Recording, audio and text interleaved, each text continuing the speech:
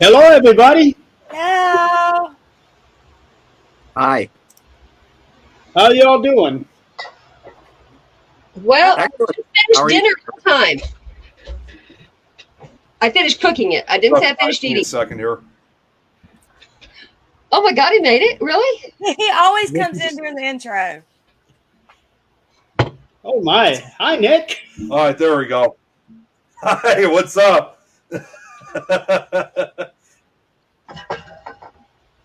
Got here as quick as I could.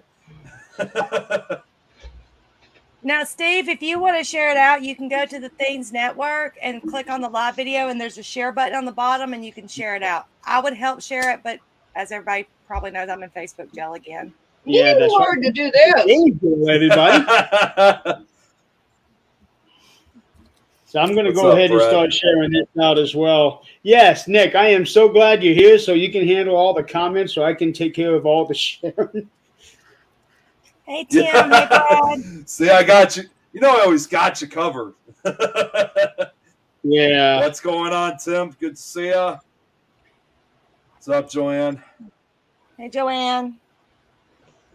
Why can't I see comments? All right, let's fix it. Tim. There we go. Oh, wait. Yeah, so I'm going to keep on sharing this in down trouble until I again. get stopped. Ah, I don't know who the Facebook user is, but hello. Oh, yeah. great. So we have a Yeah, Facebook user. Jeremy, you better put that banner up. Yep. Here's our first banner for the evening. It doesn't do any good.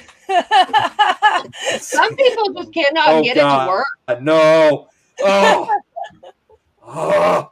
Were you spraying for roaches again before the show? Now we have very No, I limited- was not. In fact, I was setting things up. Go ahead, Eileen. We have very limited time with Steve. He's a busy man. So he informed me he had something that he forgot about today. So we got kind of limited time with him. Actually, I'm embarrassed to say, but it's my niece's sweet 16 party, and I'm not making that up. Sounds like something I'd make up. Ooh. But I don't even know what you're supposed to do. All I know it's cocktail attire. Now that's kind of weird for a sweet 16 party, but it's the sweet. What do you do with those things? I have no earthly idea. It sounds It like depends on what parent. nationality you are. If it's a quinceanera, well, it better be cocktail attire. No, It's probably the parents wanting to get drunk saying, "Oh, we made it 16 that's probably years." what it is. No, it's I think it's all French. So anyway, that was it. But I had forgotten completely about it. But I'm glad to be here. Thank you for having me on. I appreciate it. We're glad to have you on here with us. So tell me, Glad to have you on. I didn't get to hear anything about you. Tell me what you do. What do I do? Well, I guess my main claim to fame is the founder, writer, and guitar player for a band called Lillian, who's been around. Our first album came out in 1988. Our 15th album, our 15th release and 10th studio record comes out in August. We were inducted, I almost said abducted, inducted into the Louisiana Music Hall of Fame 10 years ago. And I was just inducted again personally about 6 months ago. We've been touring around the world, playing videos back in the MTV days all the way to now, and just signed our 9th record deal, re-releasing our whole catalog, and a brand new record comes out in August. I was invited here because several years ago, I was approached by a production company down here in New Orleans that had read one of my interviews where I talked about my love of all things unknown and the things that I had gone through in my life. And so they said, well, look, we'd like to, I guess about 8 years ago, we want to do a reality show, the Rock and Roll Paranormal Investigator. So I said, okay, I know everything's got to have a niche or whatever. I said, but, this isn't Ghost Brothers. I don't want to be, going there. If I'm going to do anything like this is serious. This is not going to be, I'm not going to be, we're not going to go in with some weird little thing that's going to make it look like a joke. I'm not going to do that. So we worked on that for a couple of years. I mean, to the point where we had the entire show setup. We changed kind of the format for a while, but it led to me forming a group called The Veil. And I have a 7-person team. I have my number 2 guy is a gentleman named Dave Young. He has been a consultant for the Myrtles Plantation for over 30 years. He's a phenomenal guy. Got a lot of experience. He's pretty well known. A lot of people know him, especially down here.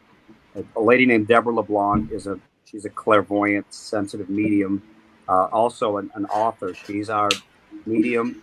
I have the head of product development for PV Electronics is my audio video guy. I have my stage manager, my brother are our techs. They do all the setup. And then a gentleman who is a scientist for NASA. He's in the NASA Hall of Fame. It just joined. His name's Mark Lanou. He's also in a band called Fiction 6. I think they're out of Arkansas, but he's been playing music, and he's got an indie deal, a couple of records, but he's brilliant.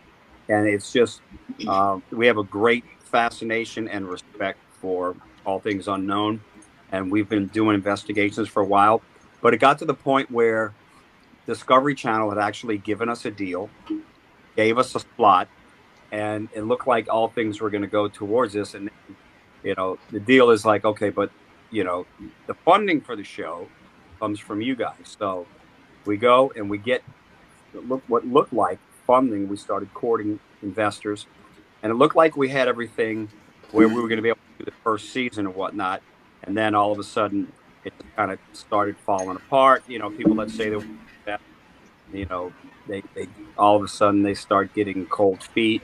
Mm-hmm. So it wound up being a situation where we decided we're going to do it on our own. And then Jason Hawes from Ghost Hunters contacted us and said he was interested in being a producer on the show, wanted to know if there was room for it. And we said, yeah, we are. But, hopefully we know what you can bring to the table. Can you do it? And he said he was going to bring it to his people. And this was a couple of years ago. We had conversations back and forth, and then he just disappeared, I guess, when his new show came out. So you know how it is, guys, in this business, man.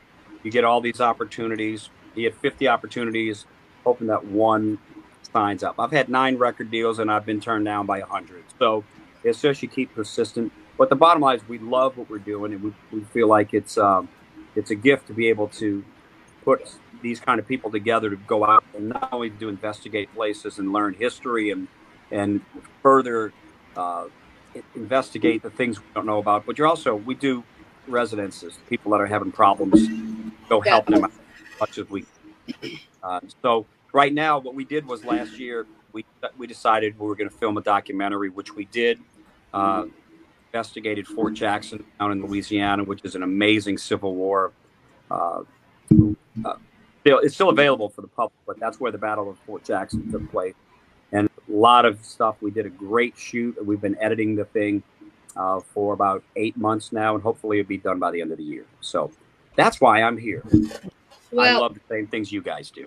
I tell you what, you have a good group It's here, awesome. along with our audience, that anything you need promoted, we have plenty.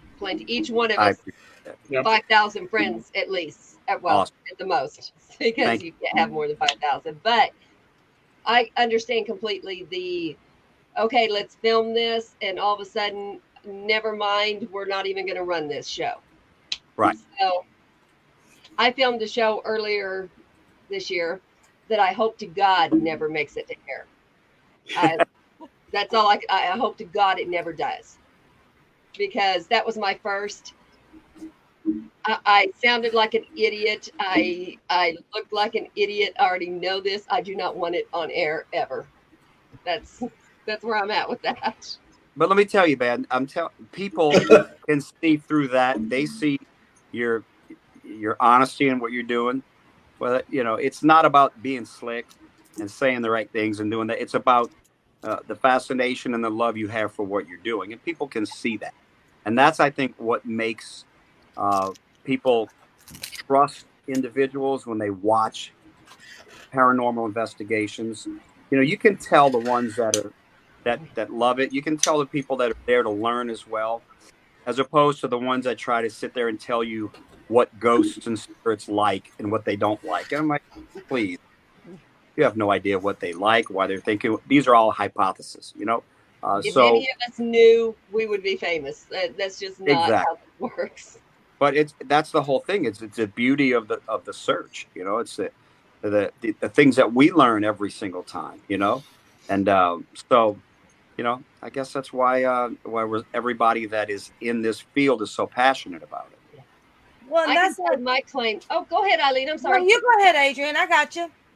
I guess I can say my claim is, you know, anyone I've actually, any spirit I've actually interacted with and met, I'll never forget. I know their story. I know they're like friends. And it sounds really crazy to somebody who has not been there, but they are friends. You know them, you know what they felt, what they did. Right. My first investigation, I decided I was going to do research on one certain spirit for months.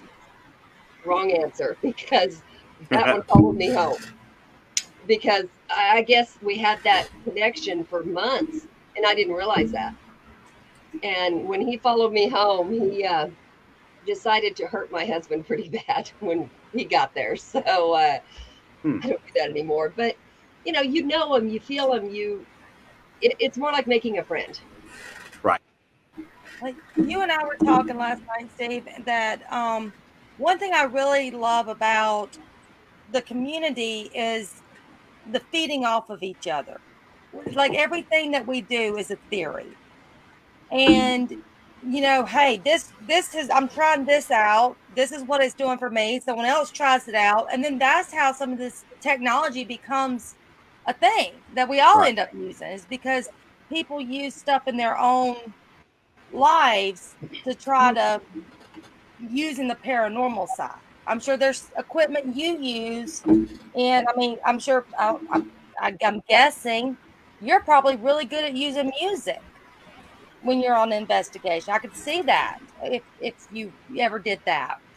And yeah, that is one of the things, like you're saying, on this investigation when we were doing a Civil War investigation, and Mark, our NASA scientist, is a musician as well.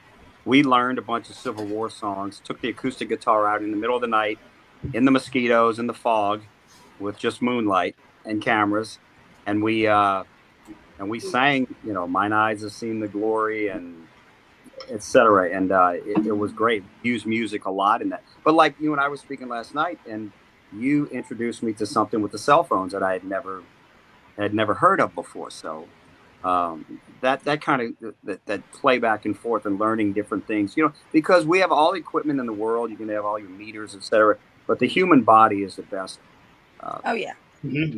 barometer for what we experience. Everything else is just to kind of feed off of what Validate. you're already feeling. Yeah, thank you. Validate. That's the word. And people don't want to do that because they want 100% proof to the world that it doesn't work that way.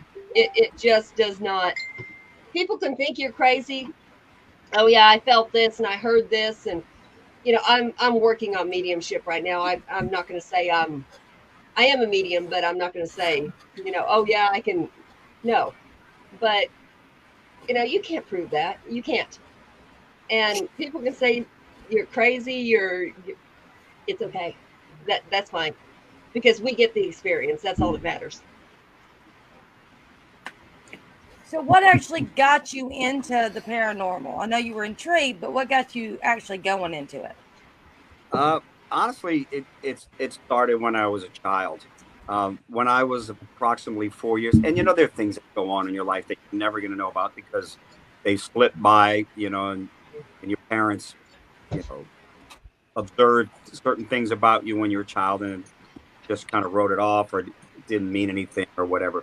But there were some things that had occurred when I was young. When I was about 4, I had a little sister who was 9 months old, and she passed away at 9 months old. And it's funny, no, not funny, but it's unusual because the thing that she died of was a birth defect in her liver that now would be an outpatient surgery to cure the sickness. But at that time, she couldn't, so she passed away. And my parents said that I saw angels floating over her crib when she passed away. And then not long after that, we were having dinner at my grandmother's, and I started screaming and crying because there was a big man came in the room, and I was yelling to make the bad man go away, and until they started praying, was, I guess, hysterical or whatever, and they started praying and then invoking the name of Jesus, and the entity went away. And ever since then, I would feel and see different things that other people didn't and whatnot. I don't think it's like I was seeing ghost spirits. I don't know what it was, because that's another thing too. I'm really way up in the air on entities. Everybody likes to call them ghosts, or spirits, or souls, or demons, or this and that. We really don't know. I like to think of the entities that have moved on as just the soul. Whether it's what's the difference between a ghost and a soul or a spirit or whatever? It's the entity of an individual, of a life force. So that's kind of tricky when you start trying to describe those. But those are the things that got me into it, and obviously, as you all are, I'm sure, you become a huge fan of horror and the unknown. And I remember, it was kind of taboo. I mean, honestly, what we are into right now, 20, 30, even, 10, 15 years ago, Right. you started talking about this, just like with UFOs. Now, I mean, 20 years ago, you said, I believe in UFOs, and all of a sudden you had the scarlet letter on your forehead, But when I was a kid, if I talk about believing in ghosts or whatever, and all of a sudden you were, you believed in the devil, and so that's kind of where it is now. At least we can talk about it now, into it. But you couldn't do that when you were, a young kid. They thought something was mental about it. Yeah. Steve, your sister still stays with you, doesn't she? I feel like my sister, my dad passed away years ago. He was younger than I am now when he died. I feel like they're with me all the time. I feel like my grandmothers are with me. I really do. I think it's a much bigger picture. I don't think we can narrow down this one's with you and this one is. I think their souls, their spirits encompass everything that we do all the time. I think, and it depends on your belief system, but I believe God allows the soul to, that's one of the great things. A soul is not confined to one place in one physical location. Omnipresent, I think. So I kind of feel like that all the decisions, if I make, those times where you think that you can something, and something tells you to move in a different direction and it winds up being the right way, or it saves you from being hurt or whatever. Right. I think what we call a gut feeling. I think that has a lot to do with being looked out by either souls of individuals that are close to you, care about you, or even angels. So it's a short time, guys. We all know that it's very short time. So. Huh? What? Oh, Emily's asking, did Lillian Axe? Lillian No, Axe. my sister was named Leslie, but I came up with the name Lillian Axe after seeing the movie Creep Show. When it came Really? up. Awesome movie. Yeah, it was great. And right at the beginning of the movie, there's a scene with a bridesmaid skeleton in a little boy's room at the very intro of the movie. Yep. And when I saw it, I just said, man, we were trying to find the name of the band. We had to change it because the manager stole our old name. So I wanted a crazy senile old lady name, and I was like a teenager at the time. So I'm thinking, oh man, what's a great old Lillian? That sounds crazy. And Lillian Axe. It just rolled off my tongue. And I remember I was 3 blocks away from our singer. So I went to his house and I said, I hope you like this, because this is going to be the name of the band. And like 1983. And the rest. Well, I've been thinking all night how to put you on the spot. Go ahead. I'm the goofball. Where's your Emily. heart? Musician or paranormal investigator? Where's my heart? Yeah, not with the family and all. Let's take family out of the equation. No. There's no separation. They all work together. I mean, Darn it! I was hoping to put you on the spot, Steve. you could never put me on the spot. You'd have, unless you found some picture of me dressed up like a drag queen or something, which never happened. That. Hold on. And I would find a way to get out of that. No, I'm kidding. Brad.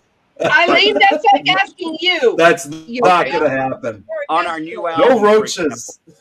Our new album, for example, there's a song about. It's called From Womb to Tomb, and it traverses my life and the lessons that I and every individual learn from the birth up until ascension into heaven. And one song is called Migrating North, and it's about the introduction to a child at a certain age where he learns about the supernatural, whether it be God and the Trinity and that supernatural element, or things that we don't understand, from everything from Loch Ness Monster to ghosts to aliens to UFOs, whatever. So I addressed that love for that in this particular song with references back to what I was telling you about earlier. So that reaches over into my music. The whole idea of supernatural, and this is not, we are very finite in what we're doing right now. This is part of a much bigger journey that reaches over into my music, because that is the topic of the majority of the things that I write. So I don't have one over the other. It's like saying, which child do you like better? You know, Well, mine's whichever one's closest to the refrigerator that can get me a drink. there you go. It is I'm funny. I'm going to have to. Brad here has a question. This one, Eileen, because Steve, I write lyrics myself, and for me, it's the same way. I cannot take my writing and either choose it over the paranormal, and I can't take the paranormal and choose it over writing. So I'm right there with you. I cannot choose between one or the other. They are on the same level for me. It is, because it's what makes you up. It's part of your DNA. So anything, Yes. you might be writing a song about a relationship with somebody, not necessarily love. It could be frustration, anger, or but all of your ideas and your thoughts about life and spirituality are all going to seep over into that. And so when you write, everything that's about you individually is going to come out in that particular piece, whether it's about a finite thing or about a bigger, something on a bigger scheme. So you can't separate it. Brad's asking you a question. Brad here has a question. He's asking if you have. Okay. Yeah, Sorry, Brad. Nick. Actually, yeah, on iTunes, Spotify, Pandora, everywhere. We have 14 releases, and the 15th album comes out in August. But we just released a 3 CD anthology with our new label about 2 months ago called Psalms for Eternity. So it's a kind of a best of from our history so far. But new record comes out in August. You can find it everywhere you look. And I will vouch, they do really good music. I've seen them in concert several times, and that's kind of how I got introduced to them, is because an old bandmate of his was like, "Oh, he does paranormal." I was like, "No, forget no offense." Even though you came to see us you saw us a few months ago and didn't introduce yourself, that's fine. That's okay. I'm sure. Well, I didn't want to be You were probably. I'm definitely going to have to check your stuff out, especially since you're kind of intertwining the paranormal into your work. Because I'm going to be honest, I had actually never heard of you guys. And when Eileen said, "Hey, let's see about getting Lillian Axe onto the show," and I was like, "Okay, who is she?" That was just how I did. That's age-old question. Fun fact, my grandmother's name is actually named Lillian. So. Oh, okay. Yeah.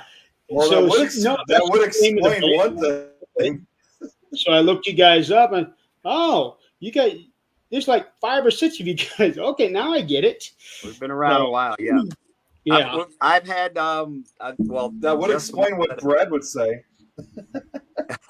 Maybe about like 20 or 30 times. You guys look like brothers. Yeah, I saw that. They do look like brothers. Sorry, Steve. Not for much longer, guys. This is going away in a couple of months. There you go.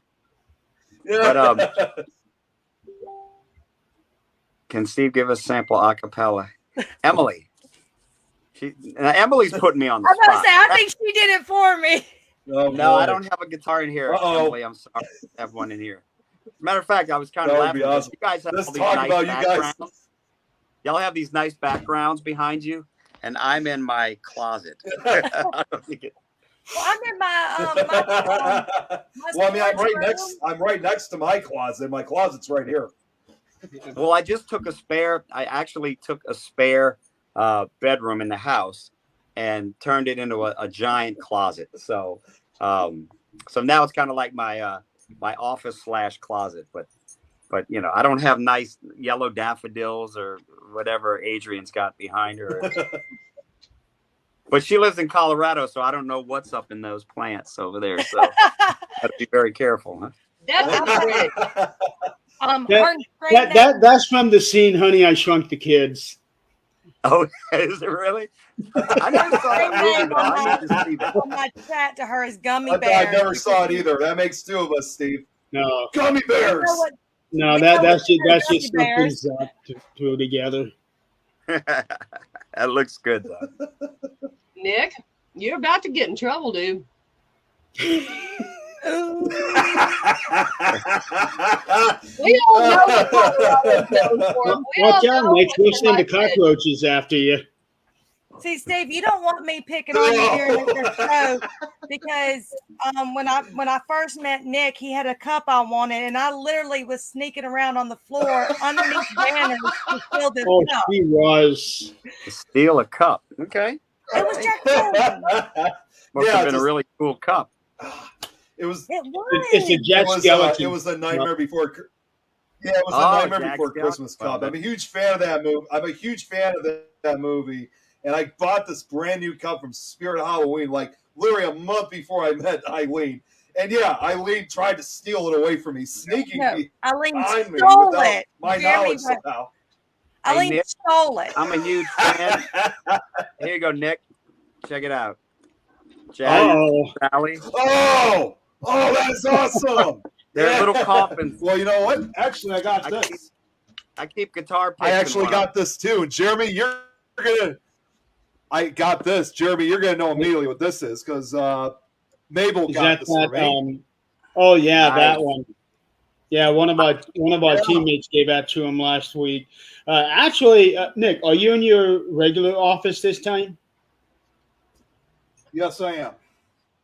Okay, so Nick has a 6-foot jet skeleton animatronic standing behind him on the other side of the room. Really? Well, actually, actually, he's not. He's actually not up here right now because I brought him down a few days ago because I dressed him up for upcoming 4th of July. So he's actually downstairs right now. But I got a picture of what he looks like though when he's. I got a picture of what he looks like though when he's dressed up. If we do an investigation together, don't bring the coffins. I'll steal them. There you go. No, I mean, I have tons and tons of paraphernalia. I have to send you a painting. I met memorabilia. Awesome. I'll have to send you Steve, I got to See, Steve, I have a huge fascination and almost like a connection with that movie because I was born the same year it came out, 1993. It came out a few months after I was born. So anytime an anniversary comes up, that's the exact age I become too. You were really born? Wow, you're a youngster. I was in, I saw that movie. Yes, I am. Seattle. We were on tour in Seattle and the day it came out and I knew I had to see it, but nobody knew what it was about at all. I didn't even know when I went to see it that it was animation. Animation. I thought it was like because I love Tim Burton. Yeah. And so and since then, I mean, my house between Star Wars and Nightmare Before Christmas, it's insane. I have so much stuff, and I had a fan a long time ago sent me a giant box on the road of all of the early stuffed characters from that movie. And I still have all that stuff from way back then. And do you remember what was the name of that company? It used to be in the TV Guide and you would buy one piece at a time. Touchstone Pictures? No, it was not Touchstone. It He's was a baby, Steve. Wait, what was it called? That you buy the figurines, and I bought every single. Was I it have like keepsake or something? Oh, and it's like every 5 or 6 yeah. weeks you get a new piece. yes. Oh, I know what you're talking about, but I I can't can't remember. I spent 10 grand and got every nightmare piece. I have everyone. Each piece is handmade and hand carved, and it took me like 3-4 There years you to go, get. Brad. Brad got it. Man, it's yep. That was a great Bradford movie. Exchange. Yes, there thanks, you Brad. go. That's it. Oh, Brad. okay. So I got really quickly. I got a picture of him right here. This is what I have him dress up as for Nick, 4th of you need to July. turn your Sorry, it's a thing little off. see through. You can't see it, Yeah, let baby. me see if I can turn It's that an- off. And It's a statue or Alright. animatronic. it's an animatronic. So okay, you know what? Here, How let did me you get stop that? the virtual camera, and then I'm going to go back. Oh, how did I get it? Was give me 1 second here. Just turn your background off, or you could leave, whichever. I did warn you. I did warn you we're kind of crazy, right? I've been in a band for 40 years. What do you think? Yeah, I don't have to sleep in a I'm tour used bus to with them. crazy. Okay, I'm used to crazy. I don't have to be in a You know, tour bus. usually I am going to have to ask you this, but do you by any chance have a brim hat? There we go. Who, me? Yes, What do you mean by a brim hat? Like a because I can just about see you wearing one of these right here. Oh, wait a minute. Hold on. Okay, I had to get out of OBS so I could get back onto the main camera. I do have this. Oh, I love it. Oh my god, That works. that's My awesome. steampunk hat. Steve, here's that That picture. works. Now you guys can see it. Here you go. Oh yeah, that's cool, man. You guys see it still? Yeah. Yeah, I Yeah. can see Yeah, I it. dress him up for different holidays, so that's what he's look Nice. like. That's what he looks like right now, and I decorate him for like 7 of the holidays. I decorate him for Valentine's Day, St. Patrick's Day, Easter, of course, 4th of July now, and Thanksgiving. Of course, I do put him out for Halloween and Christmas as well. Of course. So Have to do I got that. all the costumes. Nice. That's awesome, man. Yeah. He decorates for everything. You should see his back. You should see his basement. Oh yeah. Yeah, for Valentine's Hey, you know what, Day, Jeremy? my basement is red and pink. For St. Nice. Patrick's Day, it's all green. He doesn't even need a background. That's cool, man. Very Yeah. good. Yeah. And then and guess what, Jeremy? It's like that right now downstairs, and I'm getting some new lights. Some of them just came in yesterday, a few came in today. Got few more coming in tomorrow and Saturday. So by the time I get all this stuff, it'll be completed. Jeremy's gonna play some Blisket in the new Escape from Indiana There you go. movie. Kurt Russell. There you go. Hey, I take his took the Hobby part. Lobby. Oh wait, So since I know- wait, who's? Go ahead. Yep, I was gonna say since Mabel's here, I was just showing everybody this, Mabel. There you go. That's he- Very nice. He's the one that gave him that. Yep. So do you enjoy doing more up, Jenny? residentials or do you enjoy doing like more historical locations? Honestly, I enjoy doing more historical stuff. I mean, I like the fact that we can go in and try to help people. I mean, there's only so much you can do in a residential thing. Wait, hold on. Having trouble taking myself seriously. Wait, who says that? I like helping people and giving them a little insight as to a lot of times they're very afraid. And a lot of times I don't really think, or my team doesn't really think it's anything that's detrimental. It's just something trying to get some attention or some unfinished business or whatnot. But I enjoy going into large locations with lots of rooms where you can't, I don't like being tight because, we'll set up our headquarters in as far away as we can get. So we don't contaminate rooms and we're not hearing noises nearby. And I just love the idea of history and having that energy from years and years and years being right there. It's almost palpable, you know. And Well, I got a place that you're going to want to check out. Then okay, it is, and all four of us have been there together. It is the Masonic Temple in Salina, Kansas. Yes. This place is huge. Yes. It's got a total of 8 floors. That's Wow. including a basement and a sub basement, which I didn't know existed until I went into this building. And it's over 160,000 square feet. Wow. It's massive. It's got lots of history to it.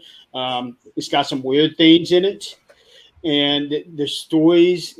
Well, just seeing some of the designs in the marble work and some of the other stuff in that building is just amazing. It's not just for the historical factor into it, but it's also in the architectural factor of the building. Is it hard to get in? Do they let you in, or do you? Yeah, they will let you in, and if you want in, No, they don't. Absolutely get you in. I'm about to say I'll send you the person's number.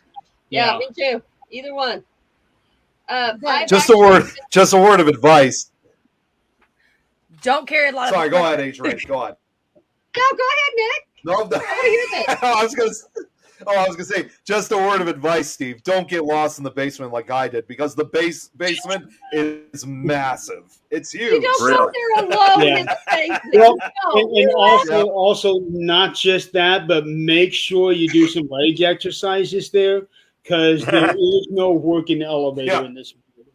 Oh, gotcha. Yeah. And it's like, no, you got to take the stairs. As soon as you think you're done with a set of stairs, there's another set of stairs. It's like it doesn't stop.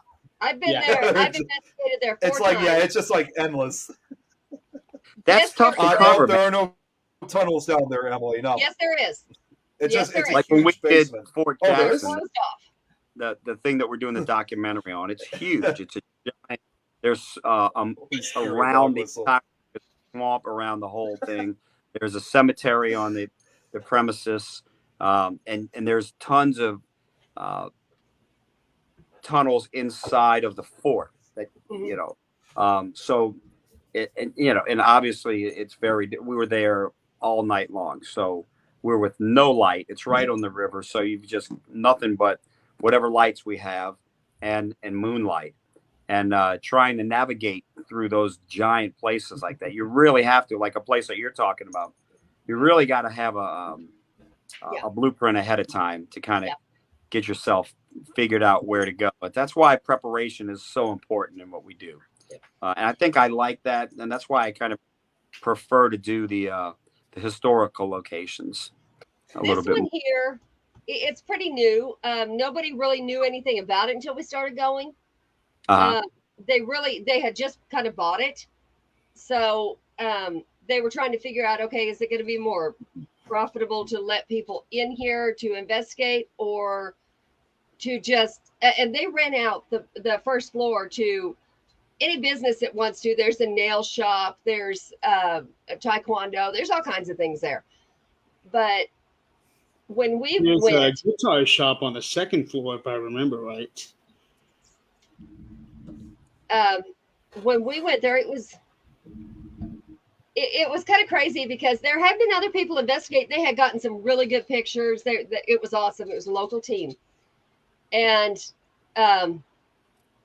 when we went, it was kind of just us. So we were running up and down these stairs trying to run wires, and it was unreal. And there was only very few of us. Our team was small at that point.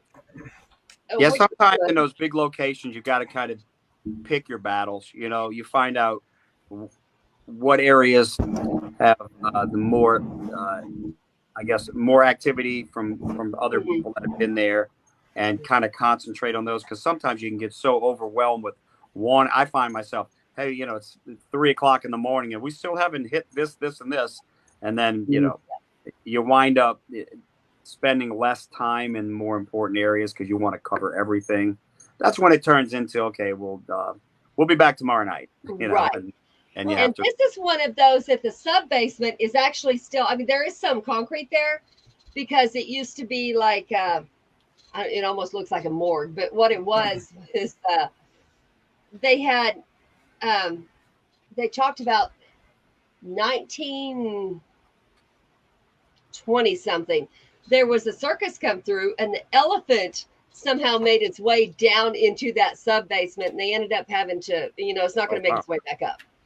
So, and there's a huge furnace there, like it heated the whole, 6 stories above it. Right. So, there's always talk of bodies being thrown in there, and Masons, they would go there to drink. Their wives weren't allowed there, but there was other women allowed there. And it was a temple. So what we learned is every temple has tunnels that go to the hospital, to a bar, and to, I can't remember what other place, but anyway, there's tunnels. And to the hospital is always underground tunnels. We couldn't find them. And I don't know if they still exist. They're closed off. But, you could see, like, the stairs were made in the middle of windows so that people, if they were going to shoot in there, they couldn't tell where you were. Yeah. We recorded 4 albums in a Masonic temple that had been turned into a studio down here in Covington. And they still had their ceremonies on Tuesday nights. Yeah, he would. Record on Tuesdays. So you could hear bang on the drums and stuff and making their weird noises upstairs. Mm-hmm. That's a whole nother topic for a whole nother show right there, is Masonic. We found the first time we went there. Do you have Sally? Susie? Me? Yeah. I do. We found this thing the first time we were ever there, and trying to figure out what in God's name was going on, because it was the back of a closet, and they had a room that was like for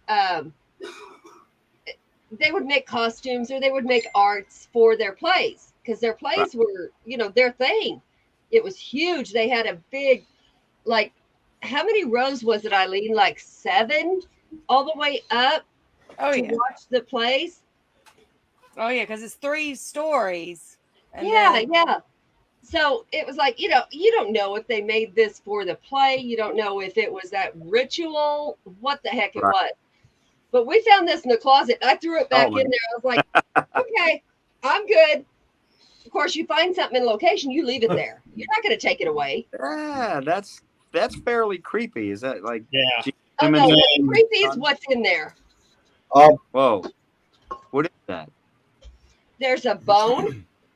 There is one of those. Wow. So the whole mainframe with the name Dean. Mm-hmm. There's bicycle lock. You know how you have the bicycle lock when you first start, and it has letters. It was Dean. Yeah. They had an old whippet in there from a whipped cream can. Yeah. There's a key. There's thread. It's twine. There's a bolt. There's a hook eye in there. Screw, bolt. Her eyes are screwed. Piece of film strip.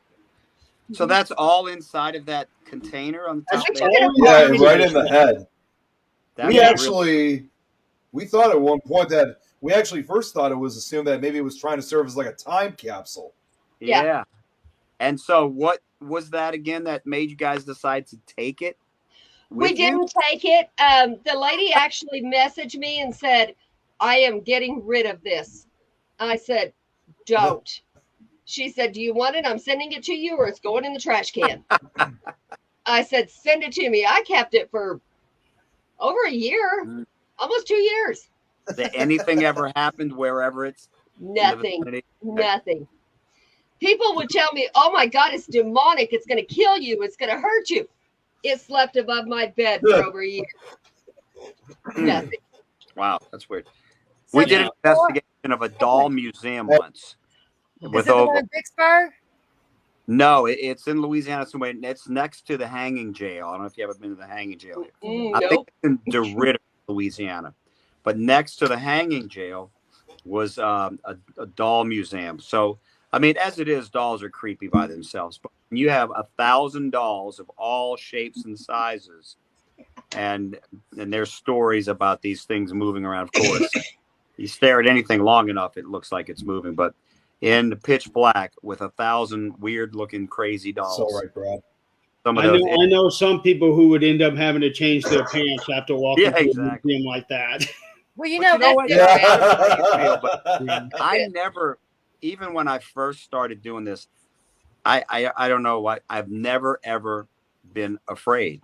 I've never been scared. I have gone up and you know, at the end of a location in a huge abandoned plantation, and nobody's around, the crew's packing up, and I'm by myself, and it's dark, and I'm going up in some places and seeing and hearing things that are a little unsettling, but I don't ever have that fear that I got to get out of it. It's almost like an electrical, like it's I'm not afraid of anything hurting me or anything. I'm just wanting something to happen. But Right. even first, because I know people that say they won't come within 10 blocks of where I am when we're doing investigation. There are people that, most people are deathly afraid of anything having to do with this. I don't know how you guys feel, but I don't ever get fearful or afraid. I just get excited. You know, I get, Yep. I want these things. I'll hold my hand out and say, please, you're in here, Yep. come pull my hair, touch my hands, Yep. you know, do something, let me know you're here. I'm not in the least bit of that. I think it's something that you kind of overcome when you start to have that respect for it. If you don't understand it and you don't respect I'm it, not afraid of them either. yeah, that's good, because when you become afraid of it, it can ruin. You become their prey. Well, Absolutely I right. Exactly. Even Josh just made this good thing. Have haunted I tell you dolls to what. only leave me alone because I rescued them out of a dumpster. I was, the first time I was in the temple, I had a lady that works there every day. She was with me, and because you had to have somebody that worked there with you. That was Right. part of the deal. She went with me, and we went downstairs, and I heard this whistle, and that seems how spirits communicate with me, is through whistle. That's how I hear them. So there was this whistle, and I said, "Did you hear that?" She goes, "Yes." I said, "Okay." So, and then it happened again, and there was clinks in the kitchen. I said, "Okay, I can't communicate with you like this. I'm going to go get some equipment, and I'll be right back." We took 3 steps up, and there was the loudest bang, and you could swear the floor was moving, but it couldn't. It was marble. There's no way it could have moved. Right. And she went to take off running, and I grabbed her. This was my first experience ever. And I grabbed her, and I said, "We don't run. We don't run." And she was like, "Okay, I'm still having fun. Okay." That was going up We to walked the up. first floor, right? But we were like this when we got up the stairs. Like, "Oh my God, what just happened?" Yeah, it's Well, exciting. you know what? That was in you walking up to the first floor, right? We were on the ballroom floor. And then we were going to go up and get the equipment so that we can come back Okay. down and investigate. Because at that point, I didn't realize you couldn't investigate without equipment. I was very new. And that was the end of it for me. I'm like, okay, we went back down there. We did investigate, but that's all we ever got after that for that night. Yeah, it's a great. And a short time after that, I went to the temple. She wasn't there, and I got the same loud bang off the first floor. And I was there for 2 days, and I heard that same bang again the next day. It's just unreal. And, Yeah. and I've had a lot of things happen to me that I've never had happen to me in that building. So whenever somebody's looking for a new place to go to, and especially if they're saying they want to go to a large building, Yeah. that's what I'm going to send them to. And That's Steve great. is one of those reasonably priced ones that we discussed. I mean, it's very reasonably priced. But before your wife and your niece kill us, I know you've got to get going to the Sweet 16, because I already know, and I'm gonna be like, you're gonna be looking at the time, going, "Oh crap!" No, like I've told you before, I could sit here and talk for hours about these things that I'm passionate about. If that's the case, we're definitely going to have to get you back on this show. Please do. I'd like to. Let's do that, and then we can talk some more about some of the investigations that we've all done. I'll share some of the things we've been through, and I'll have some more news. We're hoping to get the documentary finished by the end of the year, which isn't that far away, to be honest with you. And at that point, we will know where it's going to be we have several different opportunities where it'll be released, etc. But right now, we're just trying to get it done. It's really coming out well. But yeah, we'll share some more stories and talk. And if anything I can do for you guys, you're looking for locations around here, let me know. And Well, let's. how can people find you? If they, Oh God, no, They'll have no, a Facebook Brad, page? that's not going to happen. Does People Val can have- find people I'm can afraid find of cockroaches, Brad. That's why they keep. LillianAxe.com. I'm sorry. and then I'm sorry. What was it again? LillianAxe.com, and then on Facebook, Steve Blaze and Lillian Axe, and all our stuff's on Spotify, iTunes, Napster, Pandora, anywhere you want to go.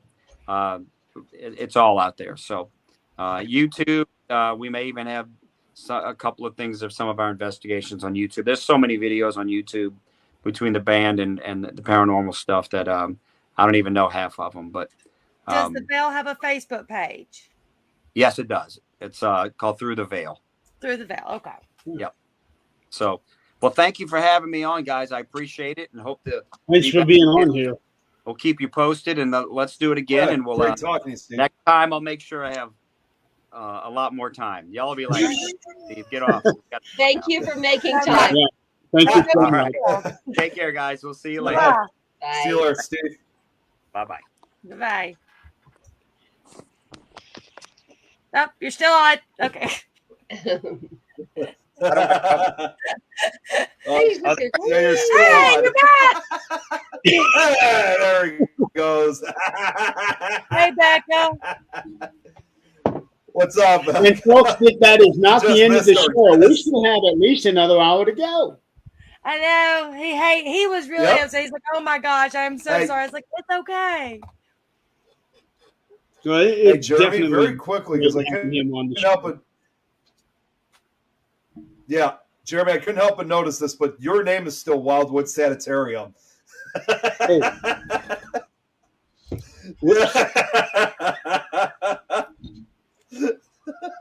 Okay, so Yeah, I wanted to tell you earlier in the show, but it was too late. Well, who was that? Emily. He says it should be out. They're still editing it no. right now, but I mean, he's a great guy. Follow Steve give me a Blaze refill? on Facebook, and look at Through the Veil and all that. And I'm sure as soon as it gets released, he'll be able to tell us. Brad, you send this cockroach REM pod to my house, I'll crush it. I'm not going to have it. Yeah, I can tell. I know you're not kidding. Oh, he's been sending Oh, me God. ideas. He's been sending me Yeah, all kinds and I'm of going to make ideas. sure that it doesn't. I'm going to make sure that it doesn't get over here to the threshold to my house. Well, just remember this, Nick. You can have I it. I have won't. the joke. He was saying, I'm sure, he was saying where. Oh, go ahead, Nick. No, I didn't. No, I was just laughing. I didn't have anything to say. Go on. It's down in Louisiana. He said Fort Jackson, was it? Is that the one that the documentary was in? Fort Jackson? I heard Jackson come up. But I know that he's from southern Louisiana. Okay. So, Saturday, Eileen. So, I heard that things got a little icky out there. Not like, Uh-oh. well. What did you do? Yeah. Well, besides sweat, I think I lost 20 pounds of sweat. It got a little hot down there where they were at. No, it was 102 degrees probably until 8 something at night. And of course, What's up, if y'all Joe? have ever been to Old Park, some of it's heated. I mean, some of it's cooled, some of it's not. Of course, we got the jail. Shannon booked the jail too. That's the first time I ever went to the jail, and it was hot. We were on the 3rd floor, and we were doing necrophonics, and of course, you had, who's here with us, whatever. And Avery, the name Avery came across. Well, I don't know anybody named Avery or anything. It's kind of a weird, no offense to anybody named Avery, but it's kind of a weird name just to hear, you know. And all of a sudden, Chad said, "Oh my gosh, I got Avery last time we were here." So we're trying to figure out who Avery is. Chad may know, but I don't really. And I'm sorry, I've been in Facebook jail, so I have not sent a friend's request yet. And and then of course we had some activity. I don't want to tell some people's personal stories because it did get kind of where somebody, ended up with some things started happening. So I don't want to tell anybody's personal stories. Then we had some laughing moments. I will tell y'all, I love Old Park, but it was so funny. I don't know if y'all know I know y'all know, but if anybody else knows the SQs, they were with us, and poor Beth couldn't make it, unfortunately. But we're sitting around. It's probably about 2 or 3 in the morning, and Shannon was with us, a whole group of us. And I was like, "Man, I'm supposed to ask you a question." I said, "Do you smell that? Did you smell something? Or is that us?" "Oh, I think that's us." I was like, "Okay." We couldn't put enough deodorant on. Oh boy. Perfume. Yes, that was in Texas, Brad. Yeah, it was, That was Old Park. in Texas. It was Old Park Hotel, right? Yeah. Yeah. Ballinger. Yeah, I think that investigation might have got me a new team member on my team. So I think it converted somebody. I'll tell you this. I have been to some locations that was really hot. It's terrible. Brad, that is the coolest. Which location was that? Oh my gosh, Brad! Which place are you talking about, Jeremy? There was a couple of places, but one place that was really hot this time that we went was at Waverly. I walked in wearing just a regular shirt like this. I was lucky that I was smart enough to bring a tank top with me, and I ended up having to switch into that halfway through the night. That's how hot it was. It was miserable. See, the hottest I've been to. Well, the hottest place I've been to, and this is obviously a place we all know, believe it or not, it was really upstairs that was the hottest, was Bobby Mackey's Music World 10 years ago, where the former apartment area where Carl used to live in, we went there. It was probably like August of 2012. We go up there, and I'm telling you, we couldn't even stay there for no longer than like 10 minutes. It was literally like a sauna in this place. It was so damn hot. It was so bad. So that was a miserable night.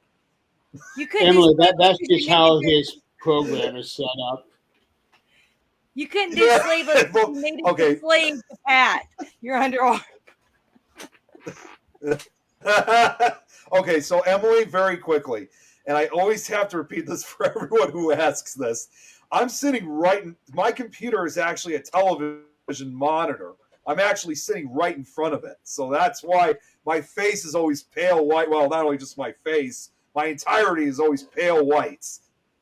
See, right now, we can't even tell that you have eyes. Okay, I do want to talk about Brad's. Oh, yeah, it's true. So the SQs, and I actually had my very first personal make me cry experience this weekend. So the SQs met up with me at my sister's house. She lives in North Texas, so we just decided to break the trip up.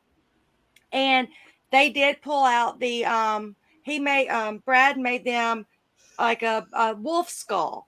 It is awesome. So we pulled out. Now we pulled that out and played with it a little bit, but that wasn't what we were using. But we put my sister was telling about what she gets in her house. She renovated her house. The lady that used to live there, she was in her 80s. She went to the grocery store to get something for Bridge Club that she was having that night. Never made it back home because she died. Don't know if she died at the grocery store, on her way, hospital, whatever. She never went back home. So my sister knew the family, got the house, renovated the house. Well, recently, she talked to Beth, and again, Beth Allen hitting it on the head, knew everything. But she, my sister would walk in the house and she smelled lasagna. Then she walked in the house. She kept smelling like cookies and cakes and all this. Didn't really know anything about the woman. So my sister, being the cook, the wonderful cook she is, she put a frozen pizza, because that's all she eats, frozen pizza in the oven. Needless to say, my sister does not cook. And normal temperature, everything, the pizza burnt. It was like, don't you cook pizza in my house. Don't cook frozen pizza in my house. But now, I mean, nothing's ever burnt before or after that. And so she was telling all these stories. So Todd was like, oh, well, let's just put a REM pod in the hallway. So we put a REM pod in the hallway. And of course, when you walk past it, go to the bedrooms, it would go off, whatever. Leanne had walked past it. It went off. She went into the bedroom because you have to go down another hallway to get to a bedroom. And I could see, so Leanne was nowhere near it. And I was like, oh, Orlayla, remember when, sorry, my sister, I said her name.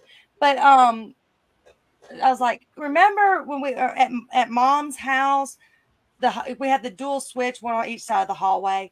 I said, as a kid, I never could walk down that hallway. I always had to turn the lights on, even as a young kid. And, but as soon as I started saying, I said, Mom, the REM pod went off. Now, my whole paranormal, whatever you want to call this, I've been looking for my mother. And I know she still haunts the old house we were at, whatever, but the one she died in. But I was like, I froze. I was like that. And my sister's like, oh my gosh. And then she don't ever serve frozen pizzas in an Italian's home. I can vouch for that. I'm part Italian, so yeah, I'm part Italian. I'm fine with that. Then of course Leanne comes back out. REM pod goes off because she walks past it. She's like, I was nowhere near it. I was like, I know. Well, so we start. I say something again, and we said, Mom. Well, the first time was just a beep. The second time was like, beep, beep, beep, beep. And we're like, okay. Then something else was said, and then we said, Mom, again. And it was like that long beep that like holding on to the REM pod. So I looked at Todd. I was like, do you think the battery's down? He goes, I don't know. But if it's not, it's going to be draining them. And so I was like, okay, it's probably the batteries, whatever. We left it going for about another hour. Nothing. After we quit talking about my mom, nothing. Of course, I'm crying at this point. I mean, not like boo-hooing, but crying. And then we get ready to put it up.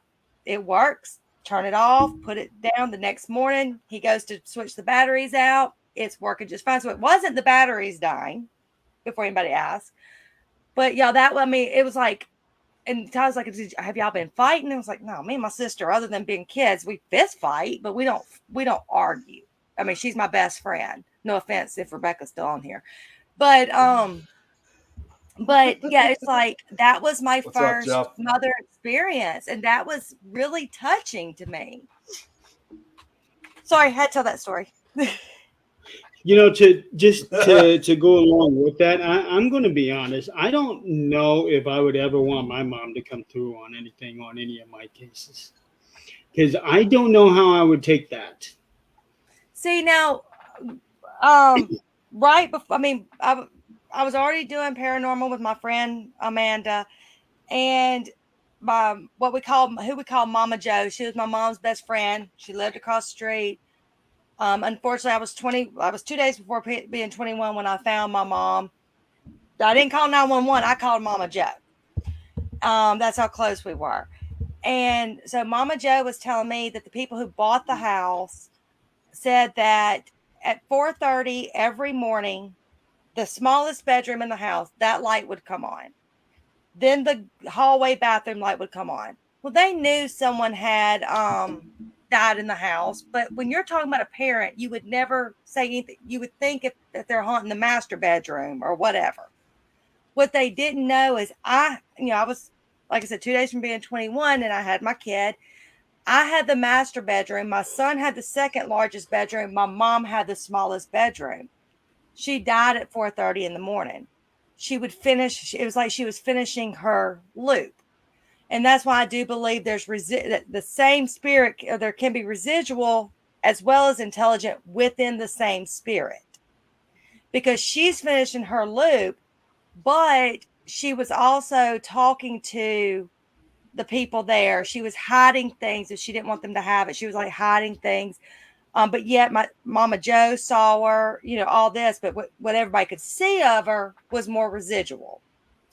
And so I begged the people to let me go investigate. But they said that when they found out my son was in the Marines, my nephew was in the Marines, got kind of heard about all the kids. They kind of said, okay, your grandkids are doing great. You've got more grandkids than you knew. Here's what everybody's doing. Activity stopped. It was like she was okay. And so, so we're just, that's the first time she really, out of all these years, she's ever come through. And I was like, oh my gosh. So I think she came through, but I really do feel she came through. Wow. Wow. I'm not really Brad sure was asking, did you get any activity on the... So he didn't, like I said, he didn't use it that day because he didn't want to really, there was a big, my sister's got a Great Pyrenees lab mix. And of course he didn't want it to be messed up that night, or, so he didn't really, because we had it on the floor, didn't do it there. You'd have to ask him, because we were kind of, even though we were together, we were still kind of all over the place, and he had cameras on certain things. So I don't know if he got any evidence on it or not. And y'all know how public events are, even though majority of the people there were investigators. When you have so many people, you end up not using so much of your equipment because especially when it's 102 degrees, lugging things around gets very uncomfortable. And you're always, I left my book several times. I had to keep going back and getting it. Where I write everything down, I kept losing the darn thing. So I finally, by the end of the night, I just had a digital recorder and and necrophonics, and that was it. Yeah, I personally am not that big of a fan of doing public events, just like this, so much contamination. But for the ones that I do go to, for example, I went to one Saturday night over in Paulding, Ohio. Finally got to meet Rick McCallum, the stuntman from Hollywood. Yeah, I was jealous. I got to see him. I'm still here. I'm just going off screen. Okay. And all I did was just take a backpack with me. And half of the backpack was taken by that 4-in-1 box that Brad had sent me. But knowing that it was going to be a public event, I was like, I'm just going to take just a handful of things with me and just kind of go from there. Because I knew how it was going to be, because the last time I went to a public event, there were children there. And the small group that I was with, there was just 3 of us. We was up on the top floor in one room, and we were trying to get some responses. And then all of a sudden, here comes this guy and his little girl coming in, and she's got this big old REM pod, and it's everywhere. And she comes in and puts it right in the middle of the room, and I'm thinking, okay, I see how this is going to be. But yeah. Well, I will give public events this. If it's your first time at a location, it at least gives you the feel of the location. You do get to meet other people. If it wasn't for basically a public event, half of us would have never met. And I love watching, maybe not non-believers, because very few people are non-believers when they go. They say they are, but they're there, kind of thing. But watching someone turn into like wanting to do this, that is amazing. But then you get your other people that are sitting around. Those are the ones that kind of get where you're like, oh my gosh, you were talking. We heard you talking. I admit that was you talking. Yeah. Yeah. So that The only reason I went to Paulden, Ohio, is so that I could finally meet Rick. Um, and it was so much. And how It was was he? so much funny too, because as soon as I got there and met up with him, he starts introducing me to everybody else. I thought that was cool as hell. That's awesome. That's another Oh, I and love. Rick, It's like the reason why I'm jealous. Sorry, I mean. no, go ahead. Okay, so the reason why I was jealous that you got to see Rick was that Rick was just on a show a few days prior with Drew, and how he said, he wanted to meet up with you, with me, with several other people. It was just like, oh, geez, if only we were still on the road for another night. Going back home, we probably would have came out to that event if we had the chance. Well, I had brought it up in our group chat that I was going to go see him. Yeah, I knew that. That was I was trying to cling on to hope that we were going to go. I got my ticket, so I only got my ticket to go to that event 3 days prior because I wasn't 100% sure if I was going to or not.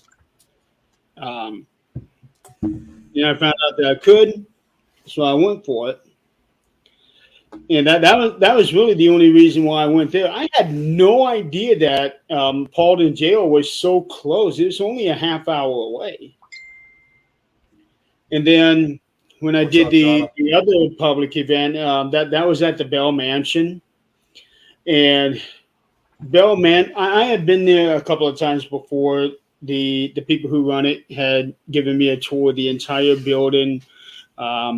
They had me come in to check it out before they even opened it. And the craftsmanship that's in that wood, you just don't see anymore. You really don't. So that was when I took the opportunity to do one of their Wednesday night public events and check the place out. And that's when I got that really cool picture of me being on the embalming table. And I even got Lucy on the embalming table there. And with the embalming table there at Salamanca, I just had to take the opportunity and do it. Though that was the first time I actually laid down there and stayed there as part of an investigation. I didn't do that at Bell Mansion. I just laid on there for the picture. Yes, Brad, Bell Mansion, you can do your own private investigations there. I'll get with you on that one later. I was, and then he was also asking, did you try the Devil's Toy Box while we were in New York, or? I had it out there, but I didn't really use it. I just didn't really get into the moment of using that particular box, like I was with everything else. I still need to really dig in and Night, Jeff. Study the effects of it before I actually try to really use it. Because with something like that, if you don't know what you're doing and you're trying to use that, it can get a little hairy. And yes, Joshua, the tub was actually really comfortable. I'm surprised I didn't try I'm surprised I didn't try that tub. Although, like you said, Jeremy, about the embalming table, so did I. That makes two of us. I gave it a shot too. Now, the picture that I have on my profile was me being in the tub. If you zoom in on my face, you're going to see that I got my tongue hanging out because I wanted to try to look like I was dead. I never saw that. Well, now, one thing I love... our troopers laying on those tables and tubs and everything. One thing I love about all this that we do on Facebook and getting to know each other, the person that's actually going to be joining that team, maybe, hopefully, would be my husband, who has never investigated before, but now he's been on 2 locations. But so he was laughing because like when I met Chrissy for the first time, we walked up and you would think like Jeremy and I, when we first met, we ran up, hugged each other. Oh my gosh, hey. And like when I met Chrissy for the first time, it was like, what's up? And you just kind of stare at each other and you're like, what's up? Just keep talking. And I've known Ray Savino for 2 years. We are like super close. And it was like when we walked up, we met at a gas station because him and Shannon were at a gas station. We just pulled off the exit there because I told Michael, I said, I want you to meet everybody kind of separately because he's an extrovert, but he's more of an introvert. And so I was like, so I had him meet them separately. And it was like we walked up, Ray's out there smoking. I looked upstairs and said, how you doing? It's like, like you've known these people forever. I mean, everybody for like forever and a day, and you've only seen them on Facebook or chatted on the phone or something, but you've never met people face to face. That is what I love about the public events is the people you talk to. Like if I met Jill, Brad, Joshua, any of them, it'd be like, what's up? How you doing? Don't tell them about the time you and I first met. Oh, it was like, okay, hold on. I got to stand up for this. Sorry, hold on. Let me see if I can do this. It was like the slow motion. We ran into each other and embraced. Have y'all seen those the movie scenes where the girl or the guy's running through the airport to try to catch up with someone? So they turn around, the person turns around and they come running. Yeah, that was me and Jeremy. Yep, it was. That was just awesome. I never said I would not talk to you in public, Brad. Come on. Adrian, I was outside smoking. Her and Zach was like, what's up? How you doing? We weren't even Facebook friends. It was like, I know you. I don't know why, but I know you. But okay. It was the same way with Beth. Beth got out of the car. That last night. Do what? I'm sorry, I'll cut you off. Yeah, no, wait. Jill, was that last night or the night before? I forget. I've slept since then. I'm glad someone has. Thank you, Jill. She doesn't really know me. Yeah. And then when Adrian and I met, I actually had Rosie with me. And we were headed over to the hotel where Adrian was staying at. And I didn't know this, but she was sitting in the lobby. And she saw me and Rosie getting out of the car through the windows, and we're walking towards the front door. And this particular hotel has one of those automatic sliding doors. And next thing I know, this thing opens up, and here comes this strange woman coming right at me. Give me a big old bear hug. Oh, hi, Adrian. And there was like 3 people taking pictures because one of those people did not want me to do that. They want me to sit there. And the other 2 were like, let's go take pictures. Come on, let's go. They weren't going to stop me anyway, so it didn't matter. And that's Nick, kind of almost similar in a way that, yeah. What's up? How did we meet? It was at Crown Point. I remember that. It was like Crown.